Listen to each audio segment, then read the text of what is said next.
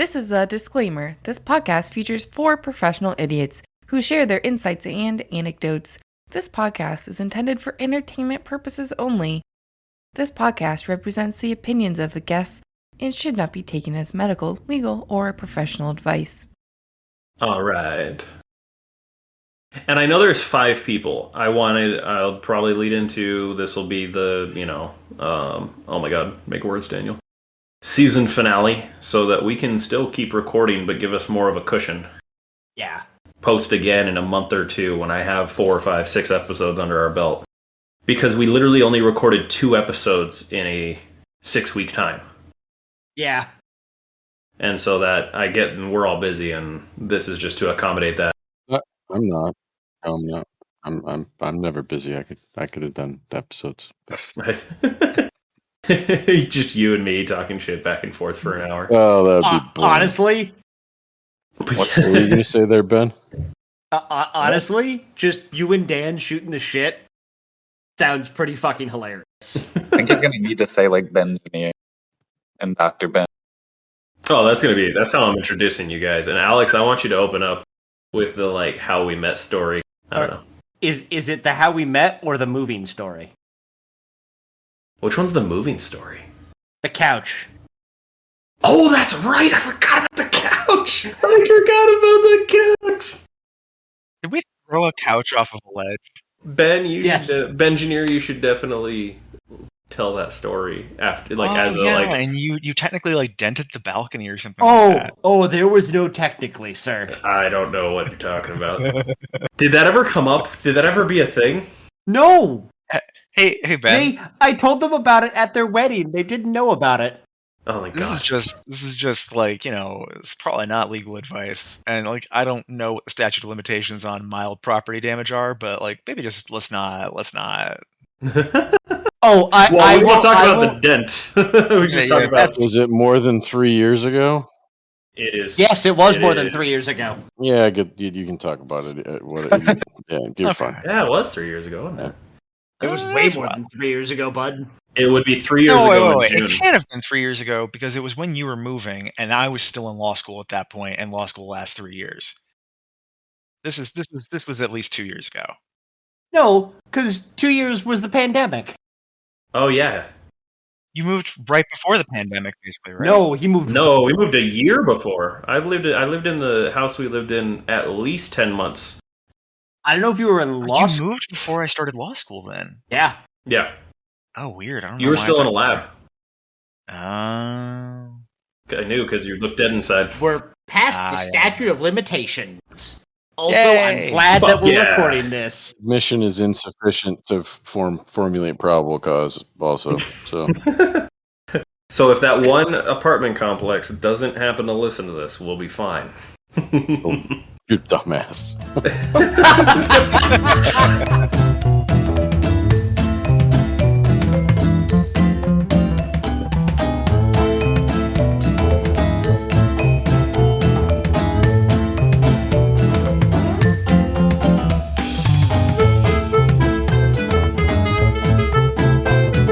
Welcome to Overqualified Idiots, or welcome back, I should say, if you're tuning in after hearing prior episodes.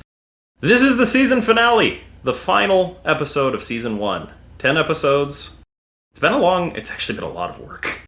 I have a new appreciation for how much time and effort goes into just editing and the process of making a final product. And that is why we're capping it, season 1 at episode 10.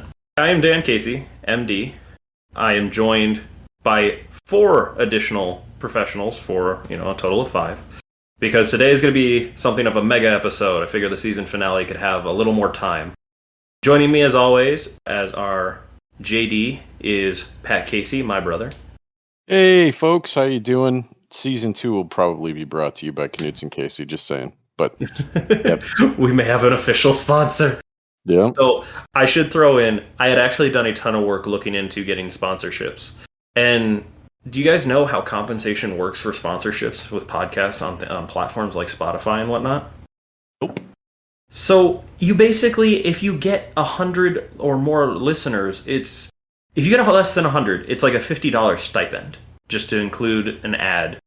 And if you make more, then it's based off essentially the number of hundreds of people. Then it's kind of like it's proportional to the amount of listens or downloads you get. So you have to make the ad. You have to create it, edit it, and submit a final product to the company. They approve it, and then they say, okay, well, you're getting this many listens, so here's $50 for your time. So I brought up that editing basically takes forever. And if you made a 1 or 2 minute commercial and edit it and added in their sound effects and their sort of, licensing stuff, I'm assuming that's going to be like an hour or two of work. My time is worth more than that. And so if Knutson and Casey wants to sponsor us, Knutson, Casey. Canute. Nuts and Casey. Nuts on Casey. Jesus Nuts on Christ. Casey's. That's a totally different podcast. Yeah, definitely different. And who you're hearing speak now is Ben, our local rocket scientist. But we actually have 2 Bens today, so to keep it from getting confusing, you will be Bengineer. Oh no. Ben, say hi. Hi. There we go. All right.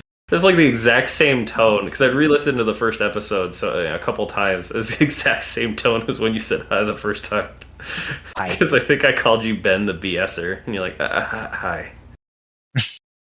Joining us as our second Ben is Dr. Ben.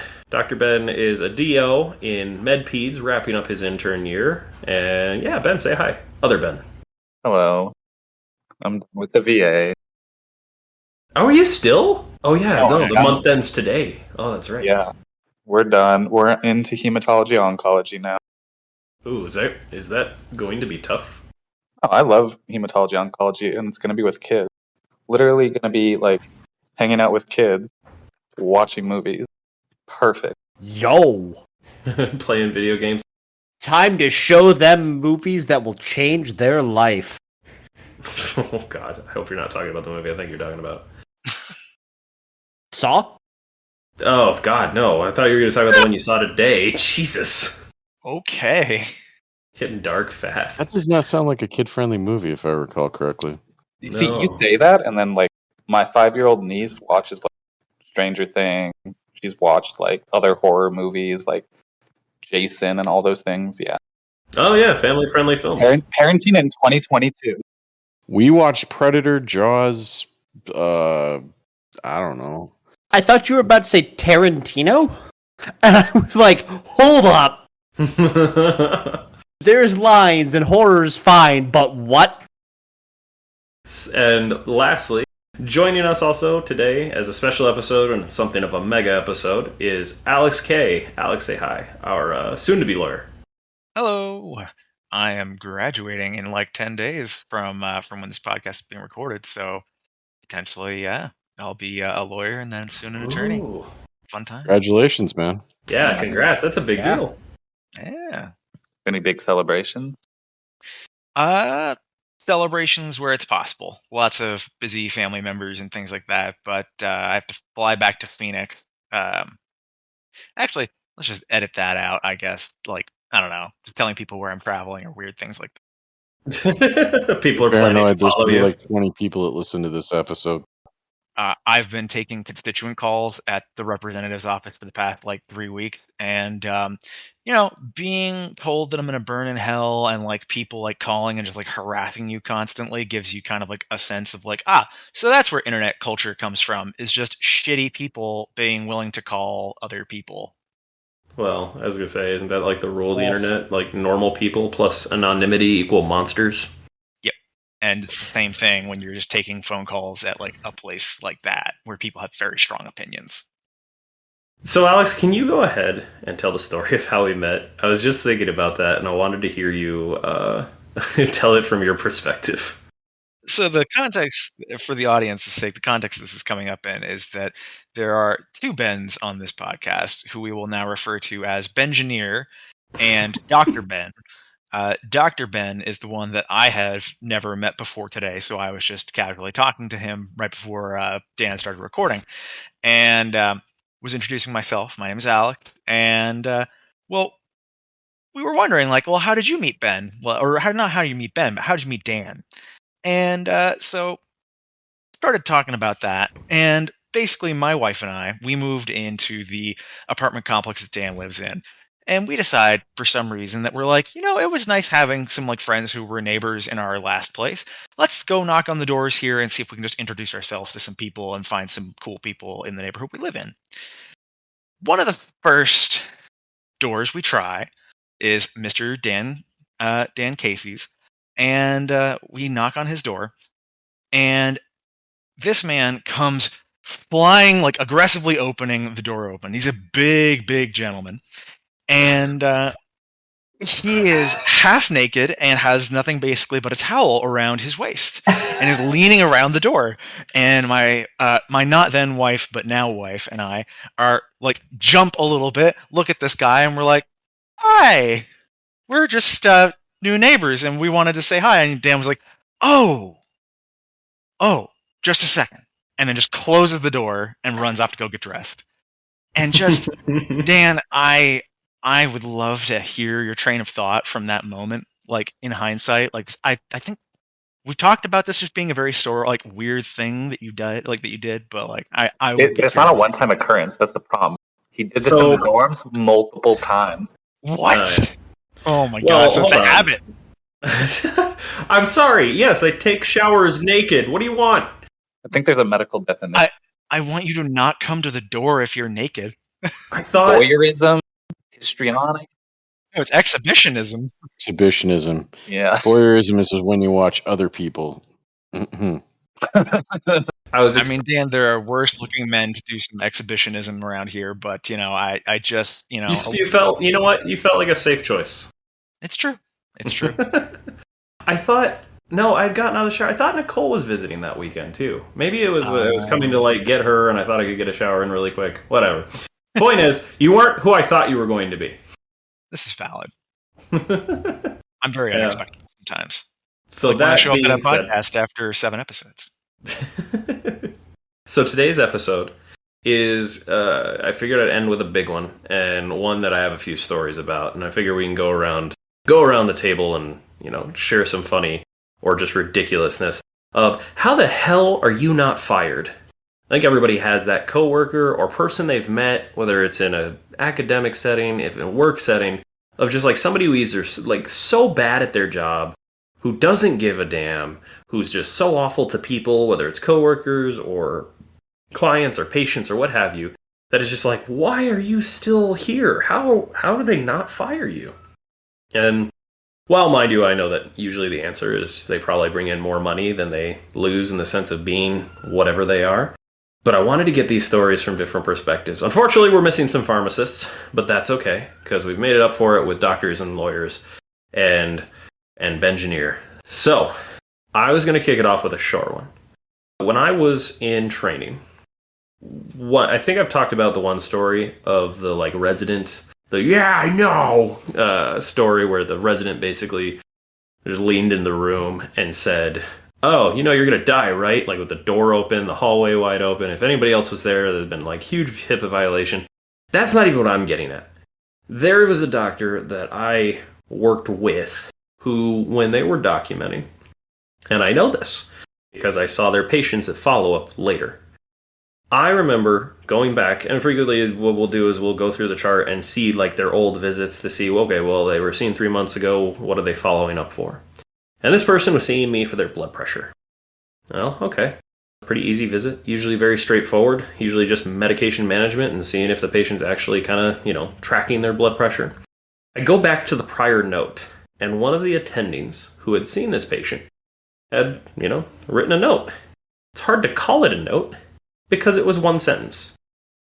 It was blood pressure 190 over 100, exclamation mark. Increase lisinopril. And that was it. That was the note. Oh, and the patient's blood pressure was outrageous that day too. Like, why? Okay, if you don't know, 190 over 100 is bad. It is something called like hypertensive urgency and hypertensive emergency, where blood pressure is so high it actually causes organ damage. And you generally see that around 180 over 100 and 110. So, something that could very well have gone to the hospital. And it was one sentence long. It was in that moment that I knew I was never going to lose my medical license. Because if that flies, And people are okay with that? There wasn't a physical exam. There wasn't a review of systems. There wasn't like official assessment. There was just the plan of increase the medication. I don't even think they said follow-up in the note, but they were scheduled, so that worked out. That's when I knew I was safe. I was like, okay, all right, I'm going to be fine. Has anything like that happened for anybody in terms of just like, oh my God, it's really hard to lose my job because this person hasn't lost their job yet? So I've got a very simple one. Yes, I'm an engineer. Currently, I do manufacturing. I just make things. Specifically, I roll fiberglass and pour plastic. We had a fiberglasser, and I've only worked with a couple people, but I can guarantee this person will not listen to this podcast. That being said, I won't name them. So I worked with a person who blew up and just left. Like, slightly blew up and then just walked out and, like, clocked out and left. Like, 4 times. And one of the times, it's no secret a couple of us are in Arizona. So this is a shop in Arizona during the summer. There's air conditioning-ish, but it's still like 85, 90 degrees in the shop. And I'm pulling an air conditioning unit, a portable air conditioning unit, over to give myself some airflow in a closed-off room that is closed off to not let, like, pieces of, like, tiny bits of plastic fly everywhere all over the shop. And he just goes, this is the older-ish person. This is the problem with the current generation. They're soft. And I just turned to him and went, yeah, you're right, and continued pulling it over there. And that was just one of the times, which I believe is the same time he told our boss. He had very choice words for my boss, about my boss's wife, and about my boss's newborn kid. Oh my God. What the hell? And then left, and didn't get fired. And I'm still not convinced he didn't actually get fired. My boss says he quit. I think he fired him, and just says he quit. But I'm like, okay, if I'm not like this guy, I'm gonna be okay. Yeah, no, he was a thing. This is also a guy who has experience in, like, he had done fiberglassing before, wasn't actually all that good, even though he pretended to be hot shit. Yeah. I feel like that's a common theme of just people who are... What's it called? What's the curve? Oh God, I can't think of the name of it. The Dunning-Kruger effect? Basically, you know enough information to be dangerous, and like that peak of like, oh, I know a little about this. I must be an expert. That is exactly the thing, Alex. That is you absolutely nailed it. Yep, it is Dunning-Kruger. Okay, there we go. And so that's cognitive bias, whereby people with limited knowledge or competence is given an intellectual or social domain greatly overestimate their knowledge or competence. I mean, this guy had experience, but he wasn't as good as he should have been. He wasn't as good as he thought he was. So it generally sounds like he had that problem, but he was also a terrible human. Oh, he was. He was. He insulted his boss's wife, and his boss's child? Newborn. Like, I think within a month or two, newborn child. What the hell? And then walked out. And does the thing where they come back to work the next day like nothing happened. Well, yeah, that's just a narcissist for you. To basically cause a problem and then pretend nothing was ever wrong to begin with. Yep. Yeah. I'm glad to hear that he got fired, or maybe got fired, because at that point, just out of like sympathy for your boss, like, I don't know, I wouldn't stand for that. I don't have that much power in the sense that I can fire people, I think. Oh God, I don't even know. I feel like now that I'm in my established career, I have no idea the scope and bounds of like what I am able to do. It's still very new to me. But like, could you get somebody fired if you're like, this person is dangerous? Well, yeah, if I put it that way in that perspective and felt strongly enough about it and had evidence to that point, yeah, probably. I don't know that the idea of disrupting somebody's livelihood doesn't sit well with me, so it'd have to be pretty awful, but that sounds pretty awful. That person sounded like they needed to go. Once again, this was not the first time he had done crap like this. That's weird. This was about the third or fourth. and my boss is pretty easygoing. Well, he has to be if that flew. We were also in kind of crunch time. Fortunately, at this point, I have become extremely competent enough that with limited number of employees plus him, aka me plus limited number of employees plus him, we can get a ton done. So he's not super worried about it. So there you go. So that's like my story was like the laziness version, the lazy employee. How are you not fired? Yours is like the terrible employee. How are you not fired? The fucking awful person. I've got the creepy. Oh God! Oh no! Yes. This is from back in my days working at a night shift at a laboratory. It was a testing laboratory, and we would go in there and run blood tests every night. Is that when you were Maria's vampire? Yes, that's when I was the vampire of the multiple things. Because I'm awake at all hours of the night, sleep during the day, and I'm around blood all the time. So just a little on the nose. But beyond that, no. So sorry, that one got me. It just took a second. No. So around like an interesting variety of people at this place, like some real odd, interesting people, but it's the kind of people you might expect work on a night shift, just it's a little bit different kind of folks, but mostly nice people, mostly perfectly reasonable people. And then there was this fellow who I'm just gonna call Melvin because I feel like that's a fun name, just fucking Melvin. I feel like it should be Chester the molester. Lots of things. Ooh, no. No, Melvin's better. All right, Melvin. Actually, yeah, Chester actually is probably closer to certain things. We'll get there. This fellow was a guy who had been working there for about 12 years or so, from what I understood. And he was the kind of guy who he would also be kind of just a bad employee, not super effective at his job for someone who'd been working there that long. There was at least one time when one of the machines had a failure because he didn't put in a negative control into it beforehand, and it lost 100 samples that were going to need to be either redrawn or retested. Wait, 100 blood samples of people's blood? Yes. Oh, Jesus. Yeah, I mean, logistically, that's got to be a nightmare. Yeah, I mean, most of the time there was enough sample that we could do a rerun if need be. That there was usually enough for that purpose in case something happened. Okay. Although that extra was mostly meant for testing follow-up if you had a positive test, so it could have caused other problems. But yeah, and then the worst part with that though is that he also basically walked up to me and said "Oh, well, we'll just say it was this failure and it's fine." And I'm like, "You just didn't load the negative control." And he's like, "Yeah, but I don't have to get a preventable on my record because this job had these little things called preventables if you made a mistake that was human error specifically." Basically a demerit of some sort. Exactly. And so he was basically saying, well, nobody has to get a preventable on this if we just say this. And it was just maybe you deserve it. Fucked up, hard.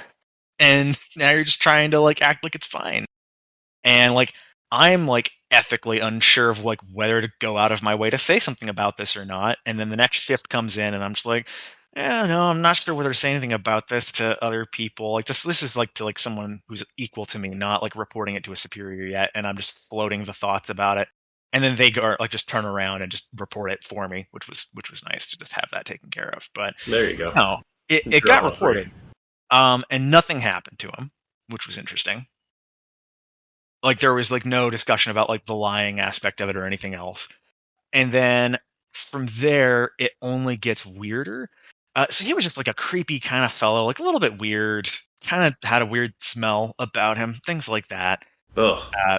But also just strange kind of clingy personality where he would latch on to people for the day and you'd be kind of I can't get away from Melvin today. I can't get away from Chester today. Was he bald? He wasn't bald. Damn, I'm trying to picture him. He had a layer of grease on him at all times. I don't know how else to describe it. He was shiny.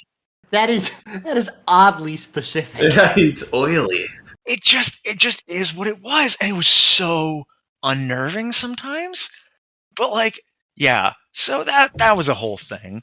But like, no, I wouldn't normally hold that against a person. But then on top of that, he was just like really weird.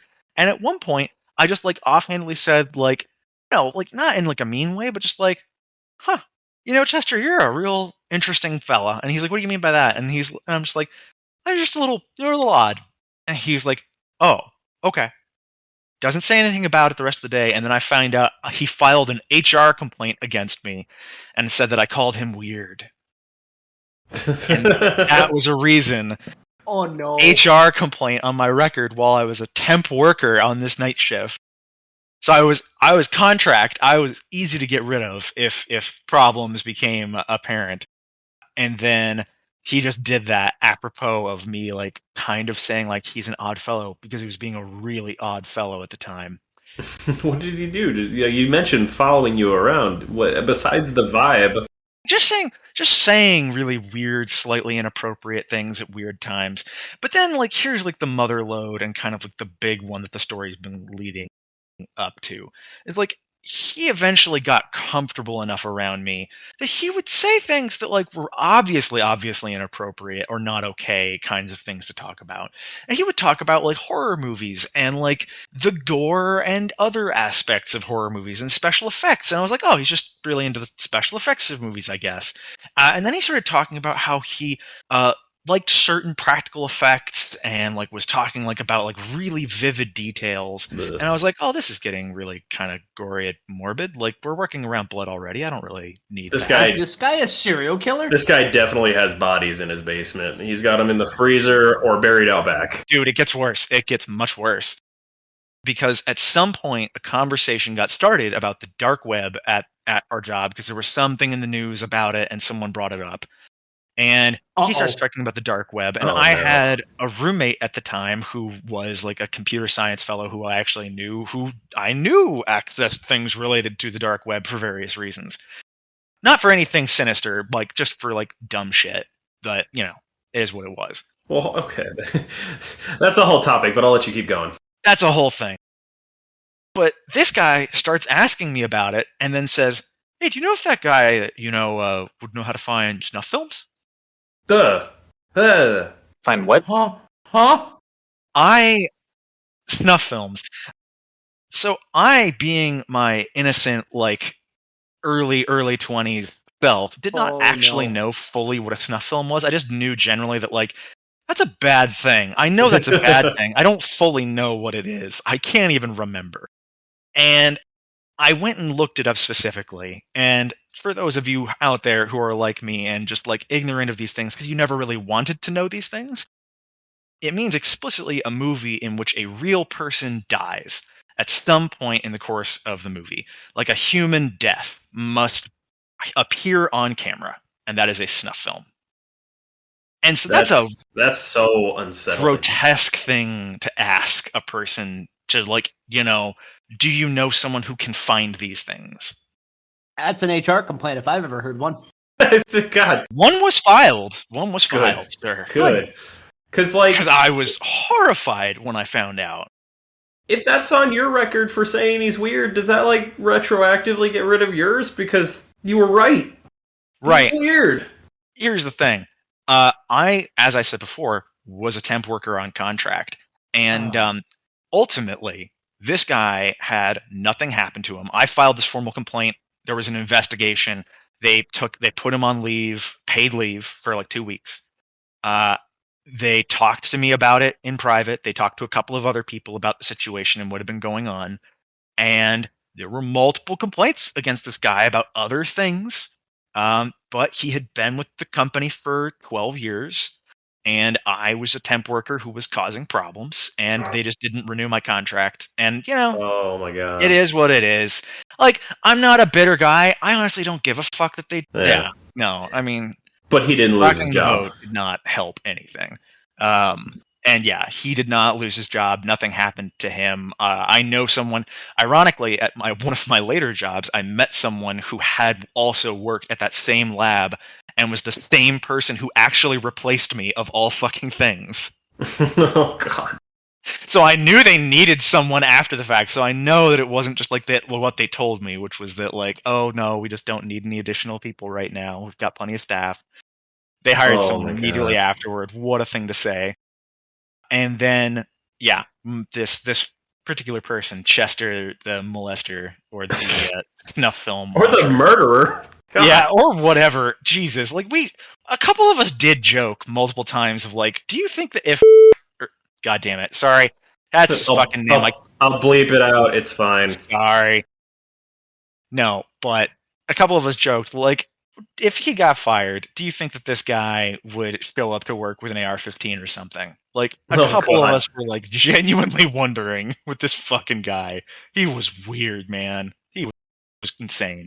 It's funny you mentioned the he's shiny, and I got a small story. It's not that story is perfect. That's exactly what I wanted for this topic. The story I have was when I was an intern in the hospitalist setting, and we had.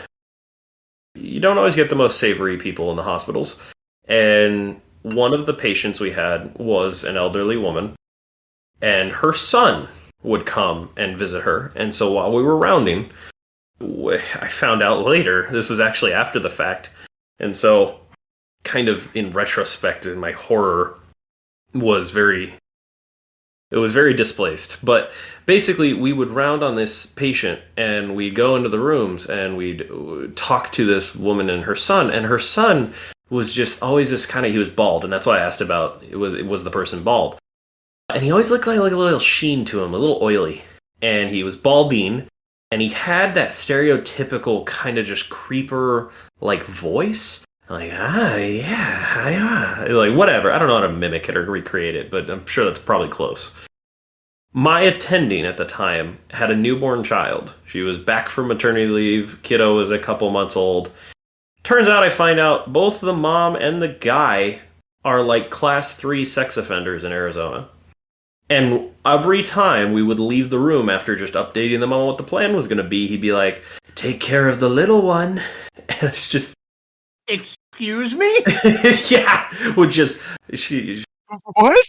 She was former military. She'd just like about face, be like, yep, and walk out of the room. And I didn't know in the moment. I knew it was weird, and he looked weird.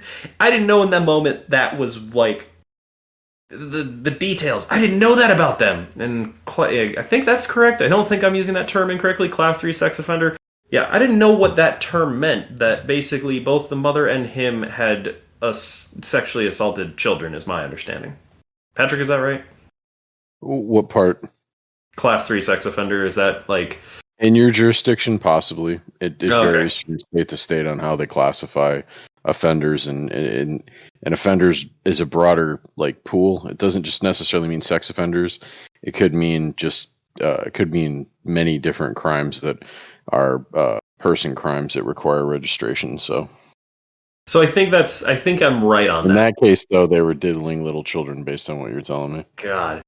So learning that later in terms of him just like, take care of the little one. Like, I get what you mean when you're like, this person's just not normal. I mean, yeah. So, Dr. Ben, I wanted to hear from you if you had any, I don't know if it's incompetent or just like, difficult people you've worked with. Did you have any stories you wanted to share? Yeah. Shit. One that like really stands out for me, 'cause, it was just so baffling to me. But I was on day shift and I was on medicine at that time, and I was on the wards, and I was getting checkout from the night team, and the night team intern had told me, yeah, so had this patient overnight, hypertensive, urgency, as you had said, elevated blood pressures. Usually, treatment is give IV medication. Sounds very straightforward. Yeah, I remember. I know that. So we had IV medication for this patient, and it's a stereotypical one that we wrote for IV hydralazine, and then there was IV esmolol. So basically, they're two different medications to lower your blood pressure that act on different receptors. But there were very specific orders for how to give it. And the way that it's written is PRN, because of course you don't want to just give someone the medication as scheduled. So when you write an order, of course, like for the medications, just for everyone to know, like you can either schedule it every, let's say, day, every few hours, or you can make it a thing called PRN, which basically just means as needed. As needed if there's coughing, if the patient complains about it, that they're having coughs, if they're feeling nausea, you can give medication if they say something. But you can also write an order and say, like, oh, give it if the blood pressure is this high. Well, so I go downstairs and I'm like, hey, this person's been in blood pressure ranges where he's probably going to stroke out if you don't give him something. And we have the order written, so why didn't you give it to him? So this nurse, I don't know how long they'd been there, and it's very hard to tell because I'm new. And with COVID and travel nursing, there's also issues with just how people know the system. Right. Not everyone understands different electronic medical records, but this person I asked, like, hey, why didn't you give this? Like, you see the orders there. She's like, yeah, I see it. And like, my blood is starting to boil because this person still has elevated blood pressures, and she has her legs on the desk in the emergency room. She's playing with her phone, not even really paying attention. Oh my God. And I'm like, okay, well, so like, why didn't we give it? She's like, oh, well, they didn't ask for it. What? Fucking what? They're not called suggestions, they're called orders. Yeah, no. So like, she's like, well, it was PRN.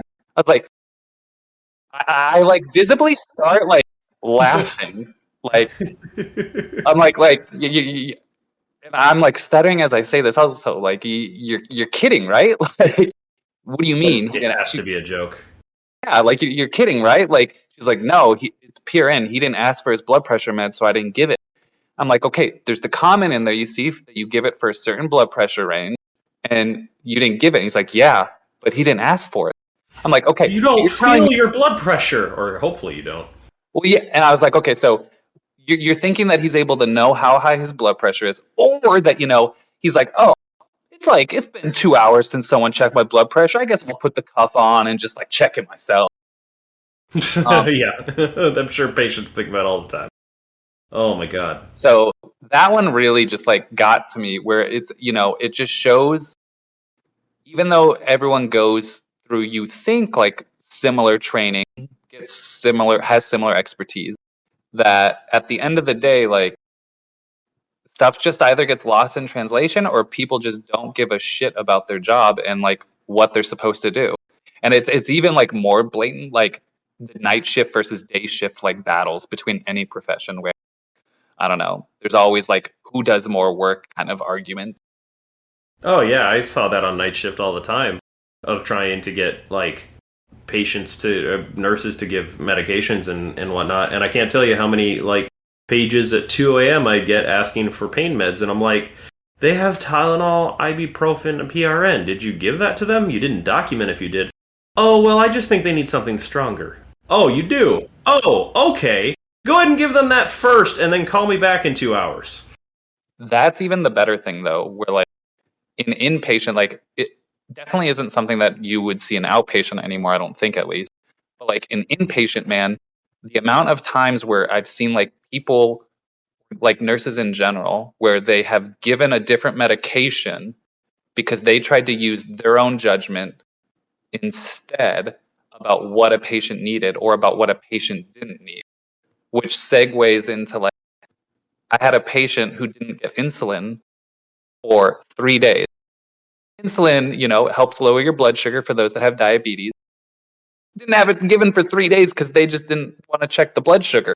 They didn't think Oh they my needed it because they were fine. Meanwhile, their sugars, when we checked it, were like borderline, like upper 300s, 400s. Did anything happen with this nurse? Did anything come of that?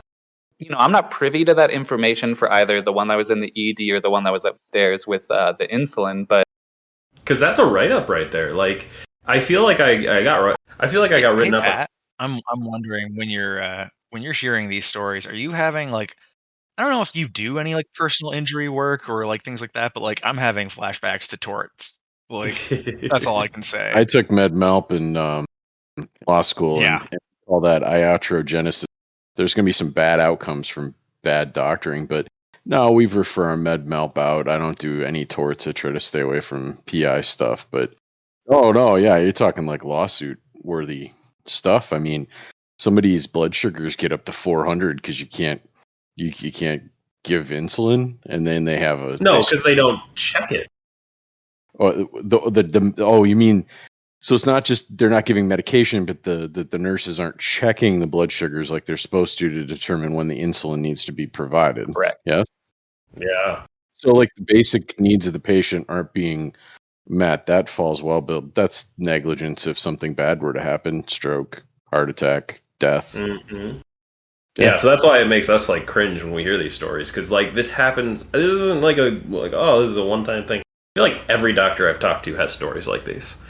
Yeah, I feel like all of us have these stories, and I hear these stories all the time in terms of like medicine not being given, medicine not given, different meds. Like I think the one that really boiled my blood, we had a nurse who we would call Dr. So-and-so, I'm not going to say her name, because she would constantly just put in orders. What you can do is in some EMRs, you can put in orders for approval so that you, as the nurse, and this is frequently done just to help not burden doctors with just putting in every single order, is they suggest it to you.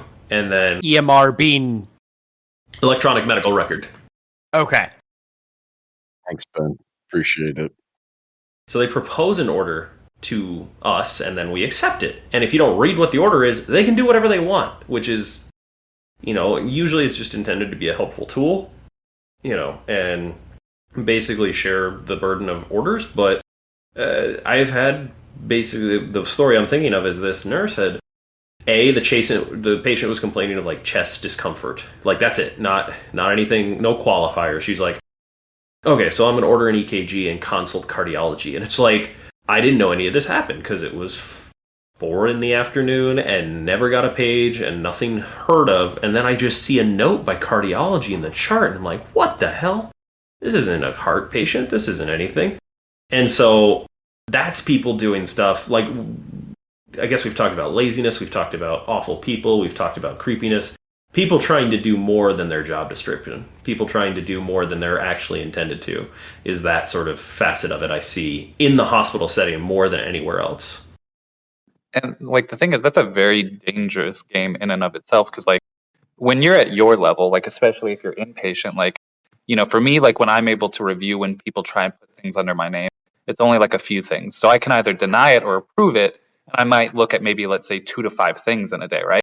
But when you're an attendant and you have multiple notifications each day, you're trying to go through all of the different things and see what was ordered, what was not ordered, what's approved or not. Like that's just I don't know.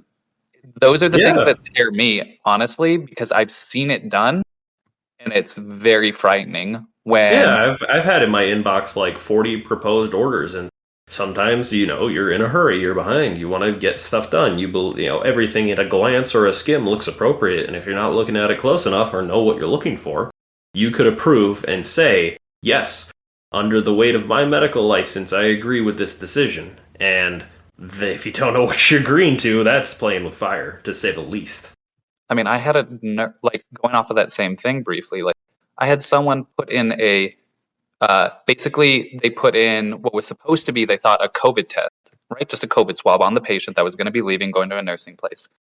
And they put in a stress test. And for those that don't know, basically stress test is like trying to look at the heart, see like if there's any concerns for lack of blood flow, et cetera, et cetera.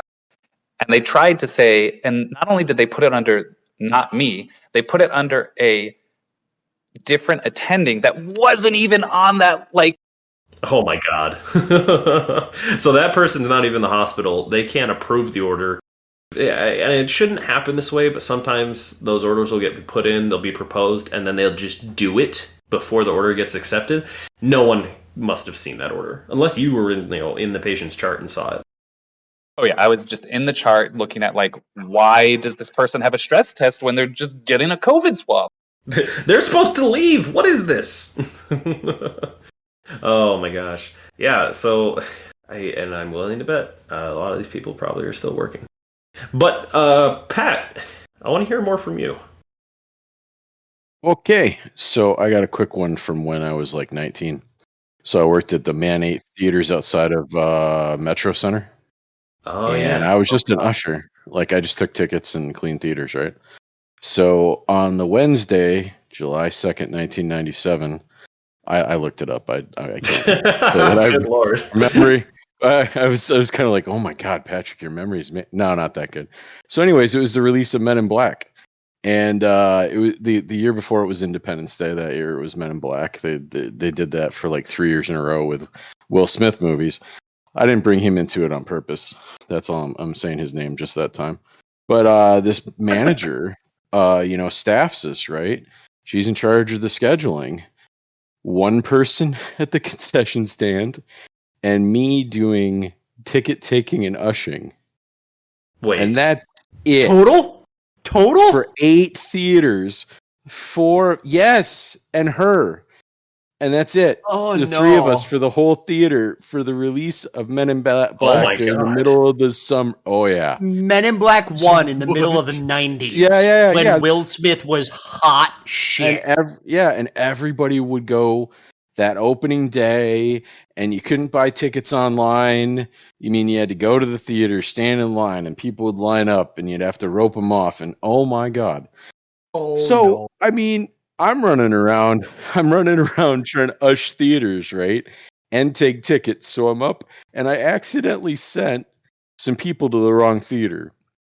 And the manager says, you got to pay closer attention. You can't do that. And I said, yeah, no problem. Which is a typical response for me when I was a teenager. And she says, and she looks at me dead in the eye and says, you said that the last time you sent someone to the wrong theater. And I looked at her and I said, well, maybe if you hadn't scheduled 2 people on the release of Men in Black, I wouldn't be prone to so many errors. I'm going to go ush the theater so that more people can actually come in to see this movie. And I walked away. Nice. So this other manager comes on and he says, just don't say anything more to her, okay? She's really upset with you right now. And I went, how? She's probably like maybe like a minute older than I am, and she's somehow the manager of this whole entire movie theater, and she's completely incompetent because it's not the first time that I've been scheduled and had to deal with like a super rush or release or something. She's just an idiot. And I just told him, I said, she's an idiot. Keep her away from me. She's she doesn't know how to do her job. I could do her job better than her. Of course, 19 years old, I probably could have. And so, I mean, and of course, somebody has to puke in one of these theaters the one time. So I'm spending extra time cleaning the theater. And she's got the gall to come in and say, well, is this theater clean yet? And I said, no, why don't you come help me? And so the other manager comes back no less than 30 seconds later and says, I told you not to say anything, Patrick. And I said, what are you going to do? Fire me? I'm the only person here. And that was my second job. Like I did telemarketing during the day, and then I ushed the theaters in the evening, nighttime. So I had already worked a shift doing telemarketing. So in my line of work, you know, the type of attorneys that you're seeing in this Johnny Depp Amber Heard case, especially those that are representing Amber Heard. Oh no. Topical. I wanted to hear this. Those are a dime a dozen. Yeah. I run into them every day. I call them family law attorneys. So yes, there are lawyers that go to law school that practice law and have been practicing law longer than I have, that are incapable of asking a proper question, that don't understand the rules of evidence, that don't know how to lay foundation, that don't know how to admit an exhibit. So you're just getting to see what I deal with on a regular basis in court. And I don't really rightfully know how judges do their job, because I would lose my GD mind at some of these people as a judicial officer, hence the fact that I'm never going to be one. But I already am losing my mind on the record with some of them. There's a trial I had, right? Yeah. This attorney, family law trial. She is trying to ask my client cross-examination questions. And she's asking 2 questions at once. And so every time she does it, I go, objection, compound question. And all the judge does is looks at her and says, break up the question, counsel. So then she doesn't even ask the same question. She asks a different question that has no bearing on the price of tea in China, so I object with relevance and foundation. Sustained. So she goes back to the compound question again and asks it a different way. And I say, objection, compound question. 4 questions in a row, swear to God, improper questions, every single one of them. And one of them misstated the evidence. And the judge just looks at her and goes, can you figure out how to ask a proper question just once? And so, yeah, there's these people that still are able to like eat food and do this. I don't know how, but you know. How do you not laugh in these situations? Like when What's you're that? on the record, how do you not like on the record just like bust out fucking laughing? Like Oh. what is going on? All right, so here's another situation, same lawyer, different case. And we're dealing with a retirement asset, right? So during their marriage, or during the divorce proceedings going on, because I'm the second lawyer for husband in this case, because the first one was completely incompetent. So two incompetent lawyers trying to resolve a case. That's dynamite. Anyways, they screwed up discovery. They didn't. So this retirement asset is an investment account, like a stock portfolio, and it's 2017, 2016. So one company buys the other companies up. So 1 month we have the portfolio being X amount of dollars, and then in Y month the same amount of dollars is in a different account with a different company. And I swear to God, both the previous incompetent attorney and me have told this other lawyer for wife, this is the same account. This company bought this company. Well, I don't know that. So on the record, I pull up on my phone the article of the one company buying the other company, coinciding with the months of these things to the judge. And I said, if we have to keep going on this, I'm going to ask for attorney's fees from counsel, because she is absolutely 100% intentionally misstating fact to inflate the amount of the marital estate. And she's got her glasses in her mouth. Well, I just don't know. And I looked at the judge, and it was close to 4:30, and the judge says, well, we're just going to have to schedule this one off into the future because we don't have enough time to finish this, and I will deal with Mr. Casey's demand for attorney's fees. Well, that was January 2020. Oh, no. So that case didn't get rescheduled until January 2021. Oh my God. That's what happens when I write counsel before the trial. And I said, I still have my attorney's fees request hanging out there. And in all likelihood, this is going to be an even split, except that you're going to have to pay part of my fees. So why don't we settle it? So we settled it day before the retrial, a year later. But that's the kind of crazy that I have to deal with on a regular basis, and incompetence, and we're the only ones that police that. You talk about boards and HR and all of that thing. I mean, I got to make ethics complaints, and I've never gotten to that point. I have gotten to the point of maybe bringing a sanction motion against an attorney.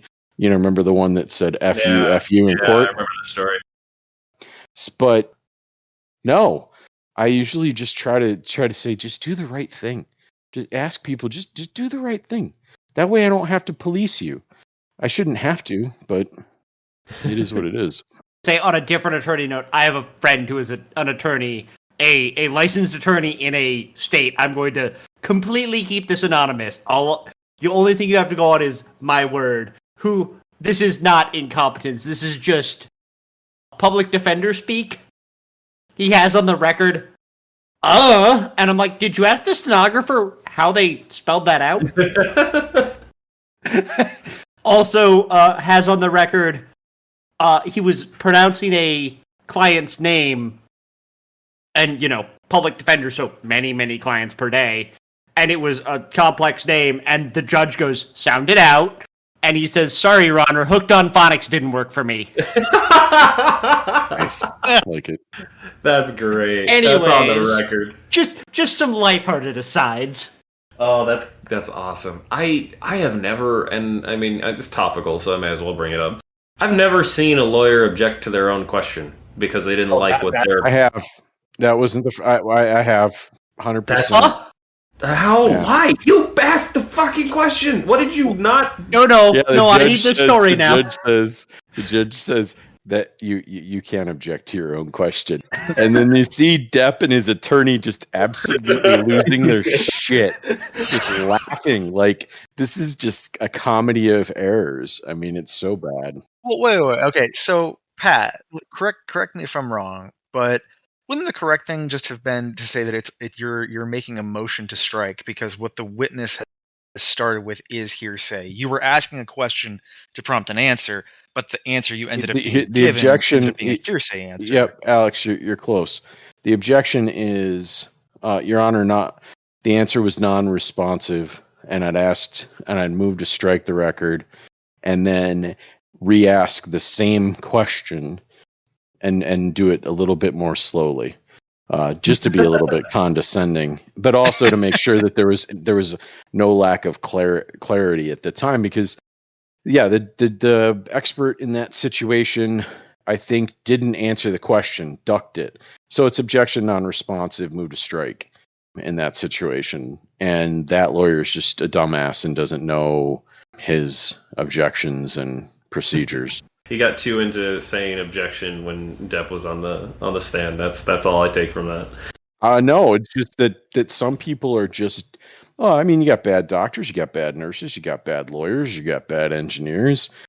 That it's just it's a lack of competence or practice or all of it. What do Just you stupid what do you call a med student who graduates last in his class? doctor?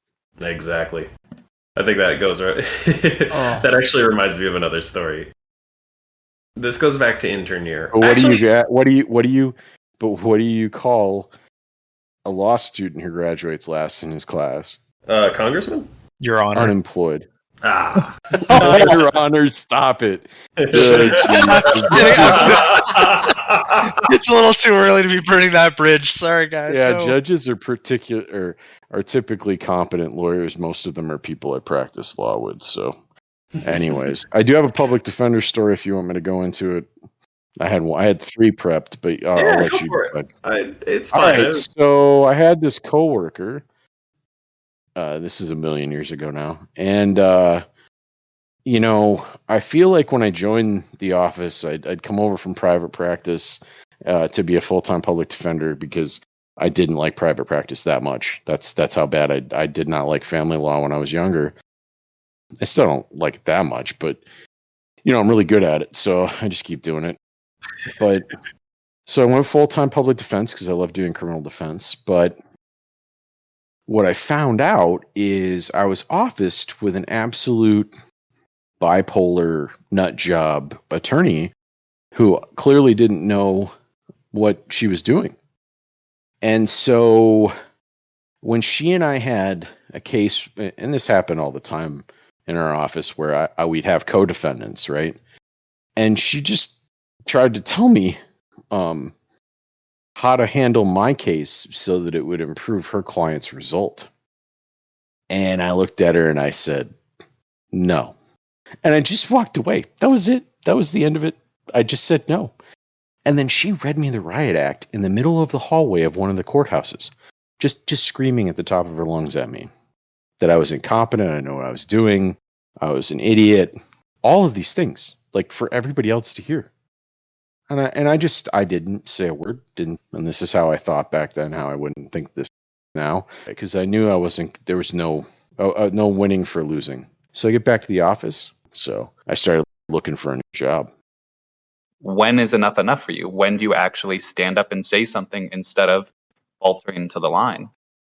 Yeah, I think that the older you get, that line gets blurrier. And I think that's because you have more experience to gauge the level of incompetence and whether or not it's worthy of reporting or going through that fight or not. I can tell you that there's 3 lawyers for various reasons that should have been suspended or punished for their relative behaviors. I got 3 on the list that I can think of and I've talked about on a regular basis. And so you got to really, it's a self-policing thing, and there's ethics like you're talking about. But at some point, when you're in a small legal community, you have to weigh that. Is the blowback that I'm going to get from doing this worth it? Is it really worth it? You have to really think about not just the ethics of it, but just the totality of it. And in 2 circumstances, it has been worth it to stand up and take the flack for it. But discretion is the better part of valor, you know? Yeah, and I like your response, Pat, because it's very judicious. It's in medicine, there is the duty to report when you think of somebody being incompetent to the point that they're going to cause harm, or being, whether it's due to substance use or whatever, just being incapable to practice and conduct themselves. Like, I don't think that's an obvious answer. And like you said, the line in the sand gets blurrier. For medicine, Ben, I think it's really when you think, like, man, I hope patients don't go to this person because they're going to get hurt. Like, what was the Christopher Dunch? I just looked it up. Dr. Death, the spine surgeon who basically paralyzed 5 people, like in Fort Worth, Texas, or whatever. That's when you kind of need to draw that line for yourself. And weighing the blowback and whatnot in medicine and your community, I think that's a tougher. I don't know. Maybe in the legal community it's tougher. In medicine, we have the medical board. We have anonymous reporting. So when you have those concerns, those resources are Not something that I could do. I can't do anonymous reporting. I'd have to put my name on it. I mean, and even if I didn't, the person, based on context, would know exactly, who it was. Right. So in medicine, I think that we have this anonymity part of it, but also the duty to report. And it's a slight unpopular opinion, but I think if you have legitimate concerns they're going to harm someone, then yeah, that's when I think the line is for me.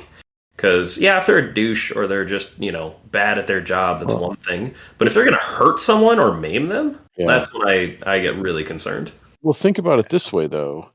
There was the closest I've ever actually come to making a complaint against anyone from an ethics standpoint was actually a judicial officer.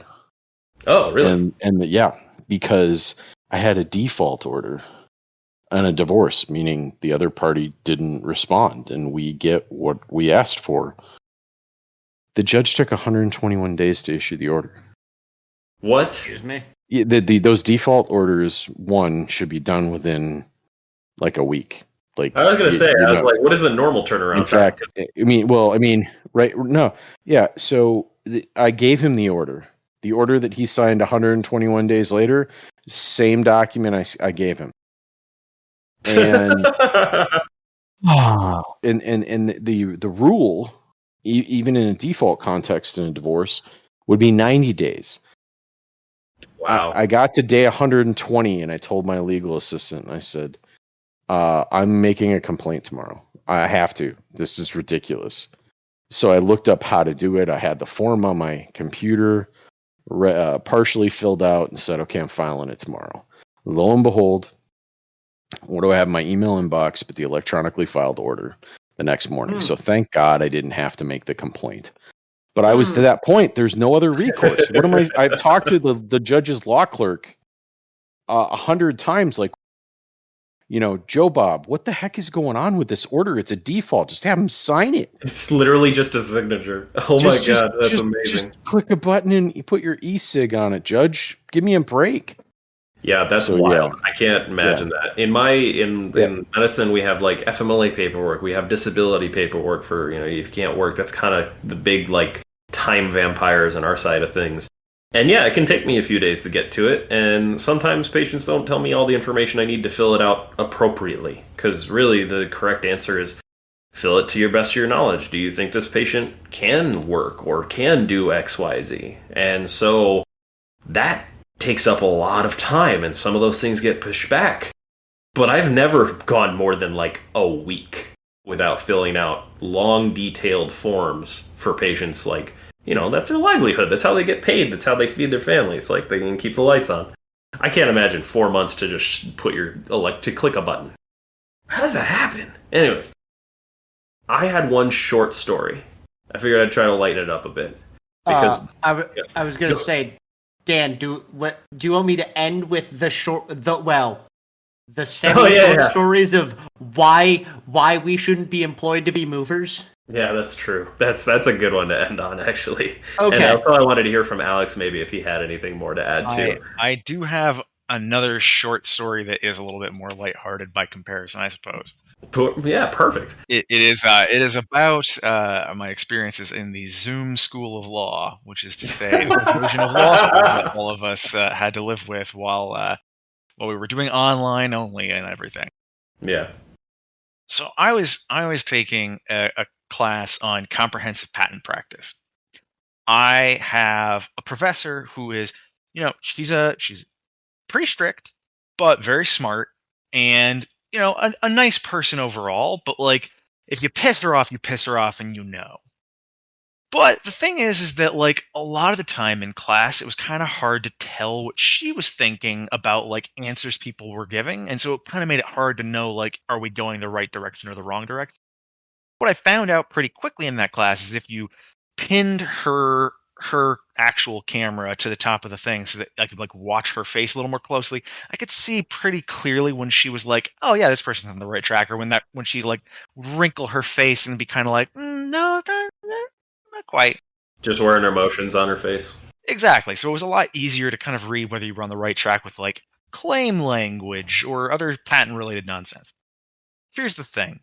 Sometimes she would also have guest speakers, which obviously, like, you're a little like you're putting yourself out there a little bit, like you've reached out to someone from another group to offer them to come to your classroom and teach a thing. So, you want your class on their best behavior, right?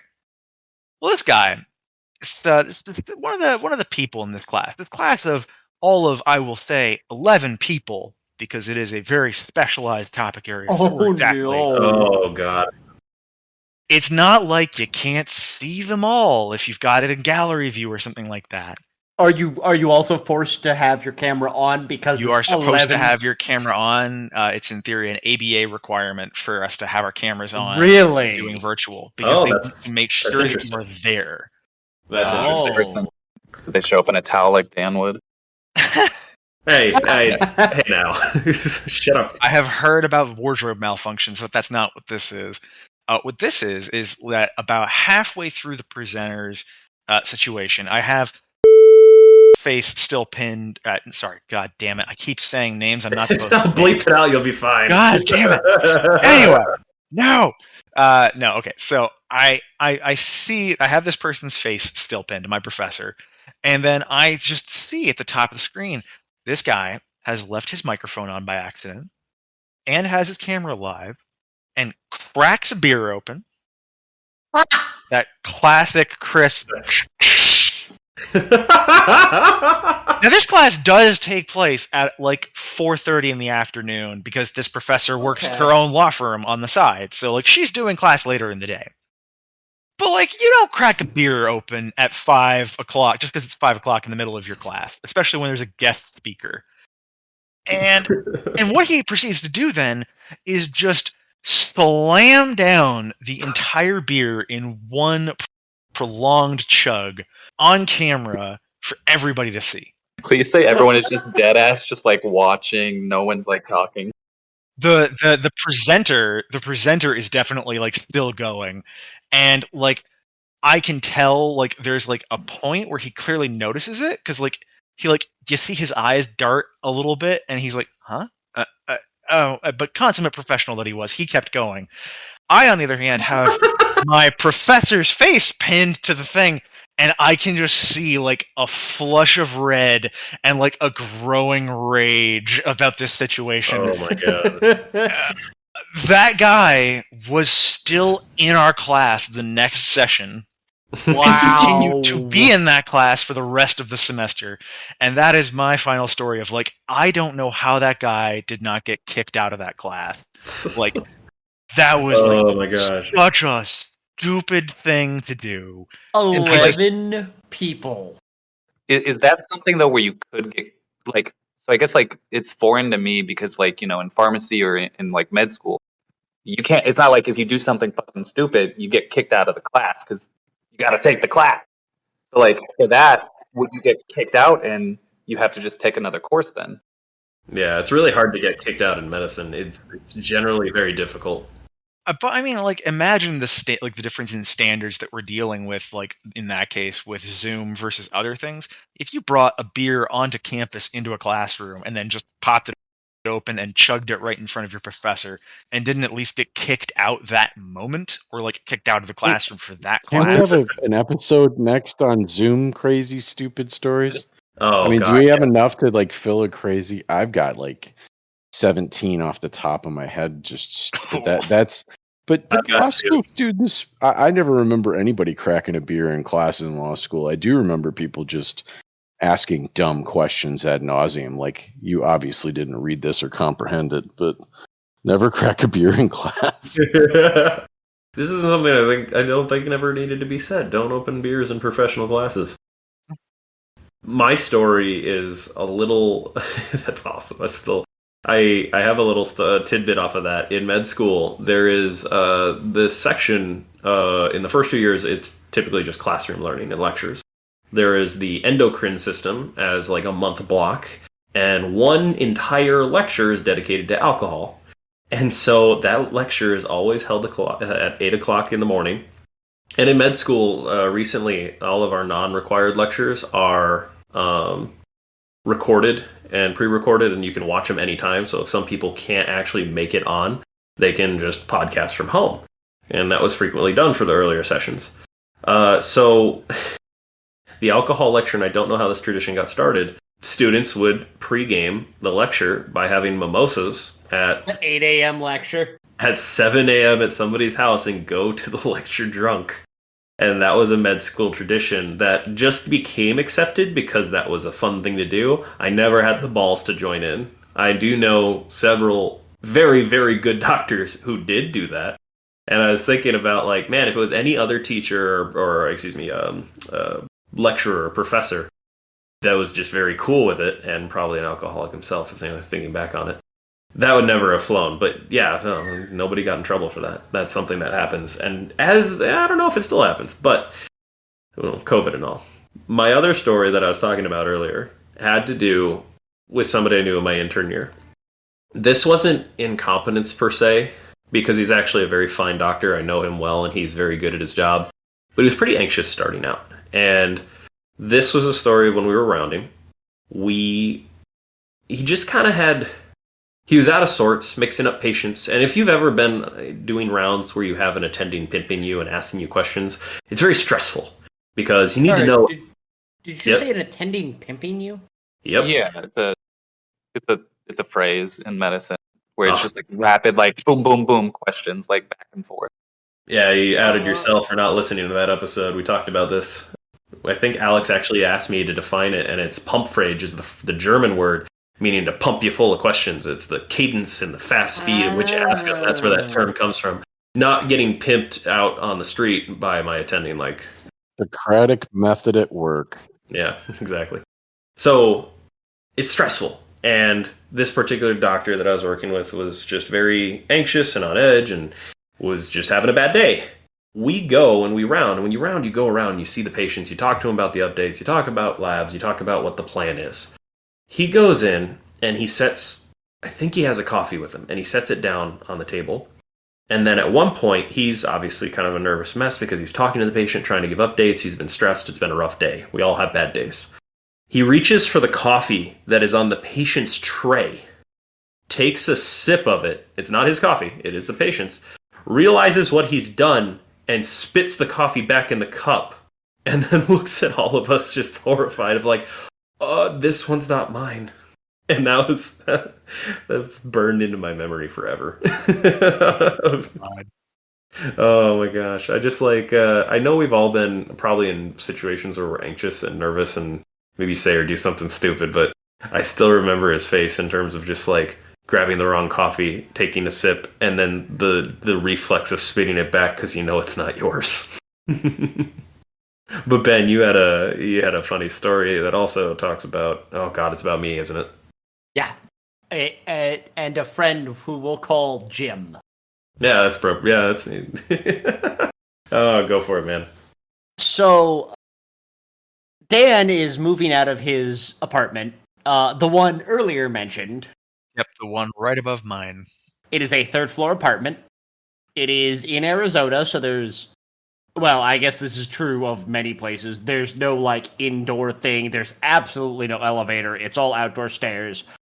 Dan, living the bachelor life before his now wife had moved back up there from med school, had a heavy as fuck couch that was broken. And we, being 3 males in our 20s, did not want to move it down the stairs. It's broken. No, that was miserable putting it up there the first time. It's going to... I'm glad I wasn't... I'm glad I didn't know you yet, because I would have probably been called to help. So, instead, Jim and Dan, I don't remember whose idea it was, they go, Ben, you go downstairs and keep watch. We're going to heft this thing over the railing. That was 100% Jim's idea. I almost said the right name. That was 100% him, but I was just like, oh, what's the worst that could happen? Yeah, let's do that. I go downstairs. It's like gravel at the bottom and like sidewalk. You know, they get this couch. Also, note, I'm the smallest one of the 3. Like, Jim and Dan are both, like, taller and just bigger. So, okay. Darn, I don't have to heft a couch. Don't have to. So I'm down there keeping watch. I'm like, okay, go. And they heft it over. It flips and turns and crashes into the ground. We yeeted it out the patio side. Sure did. Yeet wasn't a word yet. That's how long ago that was. Oh, that's right. Yeet wasn't a thing yet. Yeah, so the couch was a very, very nice couch. I inherited it from a dead person. And so it was a lot nicer. It was a lot nicer than any other couch I'd ever owned. But it was heavy as shit. It was like hardwood, and like the cushions wouldn't come off to make it lighter. Yeah, so me and Jim had been, I think it was me and him who had actually moved it up the first time.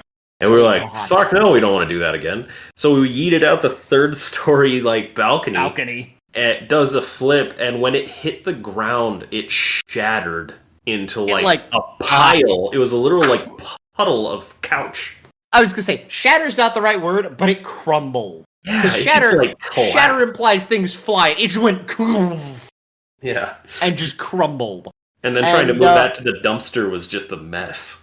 Oh, you're missing the part. Which part? Then, a man who none of us have ever seen before walks up with his hands behind his back and is looking at this pile of couch on the ground. Oh, this part! I forgot about this!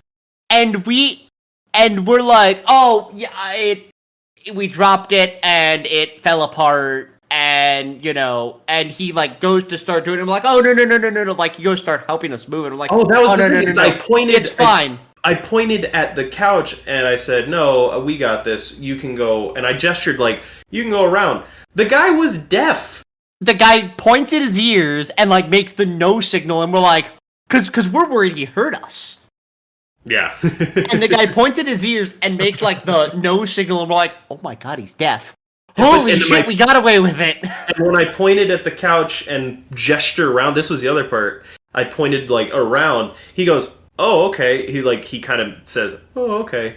And then goes to help us lift and move it. I was like, whoa, wait, no. And I, like, my brain like short-circuited. I didn't know furniture tacks coming out of everywhere. Oh, yeah, there's, like, nails and sharp edges. So, and I don't want this random, apparently good Samaritan to get hurt on our fucking mess. So my brain short-circuited, but Jim, apparently, who's much smarter in the moment than I am, just did some vague sign language to actually say, no, we got this, don't touch it because it's sharp. Yeah, and then we moved it to the dumpster, and that's why we shouldn't help you ever move your couch. And I still have my job. Well, hopefully you make enough money now you could have somebody else move it for you. I mean, you start getting to be my age, and moving means you're paying some other asshole to move it. So Absolutely. Herniating a disc is not worth pizza and a beer. No shit. But that being said, I think, gosh, yeah, we've been recording for like an hour and a half almost. Anybody else got any stories they wanted to add? I'm going to play in my first over-the-board tournament since I was 17 years old in June. In chess? Nice. Yeah. Nice, man. That's Yep. awesome. Are you? I was gonna say you've been practicing a lot. I've been playing quite a bit over the last year. Yeah. I've actually been taking lessons. I don't have to include this, but who won between Pat and Alex? He won all but one game, Alex. Yeah, I think we played 3 and it ended up being like I won 2, you won 1. And the one that you won, I should have won, but I just completely blew the end game in a He shit really the bed. spectacular way, and you just destroyed Yeah, it. he shit the bed. Shit the Well, I mean, yeah, he totally shit the bed in that game. Otherwise, he was It dominating. I think I was up by like 5 pawns, and I somehow snatched defeat from the jaws of Nice. victory. Yeah, Nice. yeah. Nailed Good it. times. It was awful. And with that, we're going to go ahead and bring this episode to a close. And with that, season 1 to a close as well. Thank you guys for joining me today. I love doing this. This is a ton of fun. And thank you, listeners, for tuning in. I've never really made anything before. So for me, this is a ton of fun for multiple reasons. A, I get to put my name to something and actually like put something out there. But also I get to hang out with you guys and just, shoot the shit. So, listeners, if you enjoy our content, please remember to follow, like, or subscribe on whatever major podcast platform you use. Download this episode and other episodes you listen to show your support. We'll be back with season 2 in about a month or two. We just need the time to record it. And thank you all for tuning in. This has been a ton of fun. And as always, this has been Overqualified Idiots. And take care.